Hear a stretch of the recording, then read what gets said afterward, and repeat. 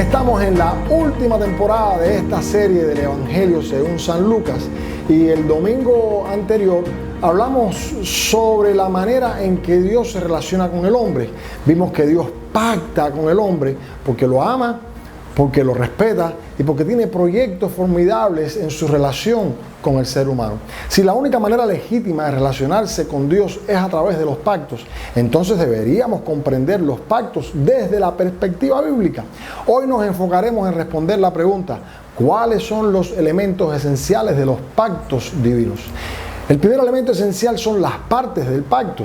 Los pactos divinos, en realidad, en cierto modo, son básicamente igual que el resto de los pactos, porque se hace entre dos partes, pero a la vez son totalmente diferentes que cualquier otro pacto, porque en este caso los pactantes, uno es divino y el otro es humano, o sea que la diferencia entre uno y el otro es abismal.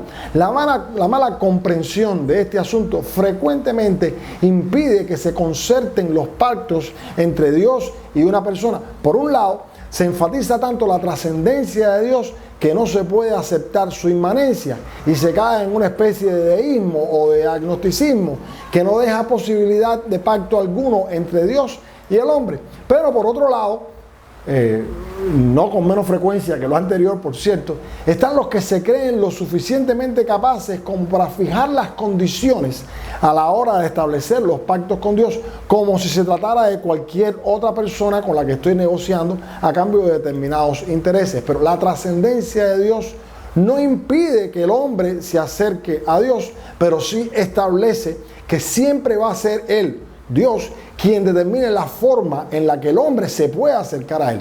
Es por eso que, aunque sociológicamente nosotros aceptamos sin ningún tipo de problema que el cristianismo es una religión, teológicamente para nosotros es inaceptable. ¿Por qué?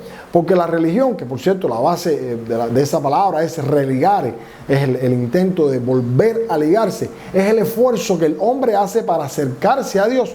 Y sabemos que la forma legítima de acercarse a Dios no es la que el hombre se inventa por medio de la religión, sino que es la manera que Dios determina a través de los pactos que Él mismo establece con sus propias condiciones.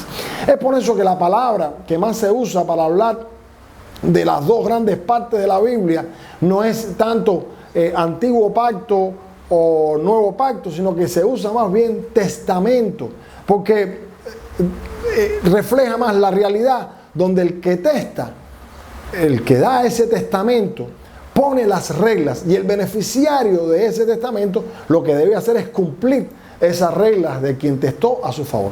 El segundo elemento de los pactos divinos que vemos en la Biblia son las condiciones o la condición. El requerimiento de Dios para el hombre que pacta con Él siempre va a ser la obediencia. Es cierto que en la temporada 4 de esta misma serie explicamos que las condiciones del Evangelio son el arrepentimiento y la fe, y también dijimos que Pablo es muy específico en Romanos capítulo 1, 17, donde declara que en el Evangelio la justicia de Dios es por fe y para fe. Pero debemos aclarar, debemos entender que el arrepentimiento y la fe son en sí mismos expresiones concretas de obediencia.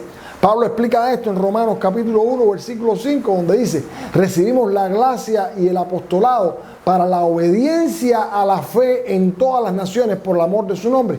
Y en Romanos capítulo 16, versículo 26 dice: por las escrituras de los profetas, según el mandamiento del Dios eterno, que se nos ha dado a conocer a todas las gentes para que obedezcan a la fe. Es por eso que las personas que quebrantan el pacto o que simplemente no pactan con Dios, se les compara en la Biblia como hijos rebeldes o también hijos de desobediencia. Hay muchísimos textos, comparto solo un par de ellos. Efesios capítulo 2, versículo 2 dice: en los cuales anduvisteis en otro tiempo, siguiendo las corrientes de este mundo, conforme al príncipe de la potestad del aire, el espíritu que ahora opera en los hijos de desobediencia. Ahí mismo en el capítulo 5 de Efesios, el versículo 6 dice: nadie os engañe con palabras vanas, porque por estas cosas viene la ira de Dios sobre los hijos de desobediencia. Y en Colosenses capítulo 3, versículo 6 dice: cosas por las cuales la ira de Dios viene sobre los hijos de desobediencia. El tercer elemento de los pactos es la promesa. Dios usa el pacto en sus tratos con el ser humano porque Él es un Dios fiel. Es fiel de tal forma que siempre cumple sus promesas de manera cabal. En 2 Corintios capítulo 1 versículo 20 vemos la declaración en que dice: porque todas las promesas de Dios son en Él, sí, y en Él, amén. Quien toma la iniciativa, escuchen, es quien hace la promesa. En su esfuerzo religioso, el hombre es quien le hace promesas a su ídolo o al Dios que se inventa. Pero en los pactos es Dios quien hace la promesa. Muy frecuentemente el hombre incumple sus promesas, pero Dios siempre cumple las suyas, porque Dios es veraz y todo hombre mentiroso, como podemos leer en Romanos capítulo 3, versículo 4. Y también en Lamentaciones capítulo 3, versículo 23 se declara: porque nunca decayeron tus misericordias, nuevas son cada mañana, grande es tu fidelidad. En la religión, el hombre tiene una necesidad o un deseo de establecer un negocio con su ídolo. Pero en el pacto, lo que motiva a Dios es el amor y el deseo de establecer una relación, es el objetivo del pacto. Tal es así que todas las promesas que Dios da a quienes pactan con Él persiguen el propósito final de restaurar en ellos la imagen de Dios que perdieron o que fue deteriorada en el momento que pecaron en el Edén, y la vida plena que Él ofreció desde el principio y que perdimos cuando pecamos. En 2 Pedro capítulo 1 versículo 4 podemos leer: por medio de estas promesas o por medio de estas cosas, Dios nos ha dado preciosas y grandísimas promesas para que por ellas llegásemos a ser participantes de la naturaleza divina. El pacto es tan superior a la religión como el amor supera los intereses personales. El cuarto elemento es la señal. Dios sella sus pactos con señales o con símbolos físicos que confirman a la persona su inclusión en el pacto. Puede ser, como sucedió en el Edén, el árbol, o puede ser después del diluvio, como ocurrió después del diluvio, un arco iris, o puede ser la circuncisión, como ocurrió con el pueblo de Israel, o el bautismo, o como vemos en el texto que nos ha ocupado en estas semanas, una comida que nosotros llamamos la Santa Cena. Y volveremos a estas señales, el significado y la importancia de cada uno de ellos en capítulos posteriores. Pero, por ejemplo, una boda puede ser tan fastuosa o tan sencilla como la pareja decida, pero debe tener lugar si es que quiere consolidarse el matrimonio. Igualmente, en nuestros pactos con Dios debemos darle a la señal el justo valor que tiene. Estaría muy equivocada la persona que piense que el hecho de casarse produce amor. El matrimonio es producto del amor, no viceversa. Igualmente equivocado está quien piense que por bautizarse va a ser cristiano. No, el bautismo es producto de la obediencia a la fe y no viceversa. Nadie es más santo porque participe de la cena del Señor, sino que participa de la cena del Señor como un símbolo en el cual está sellando su compromiso con el Señor para poder vivir en santidad. La señal es muy importante porque sella oficialmente el pacto.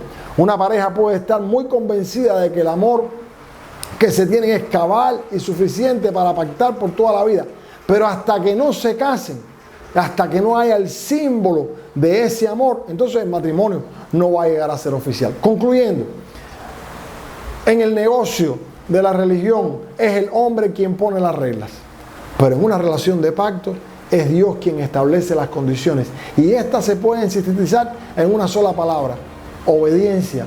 Quien entra en una relación de pacto con Dios es poseedor de preciosas y grandísimas promesas que restauran la imagen de Dios en la vida nuestra. Toda persona que pacta con Dios tiene en gran estima la señal del pacto, y Dios ha establecido el nuevo pacto al cual le invita a todos los seres humanos.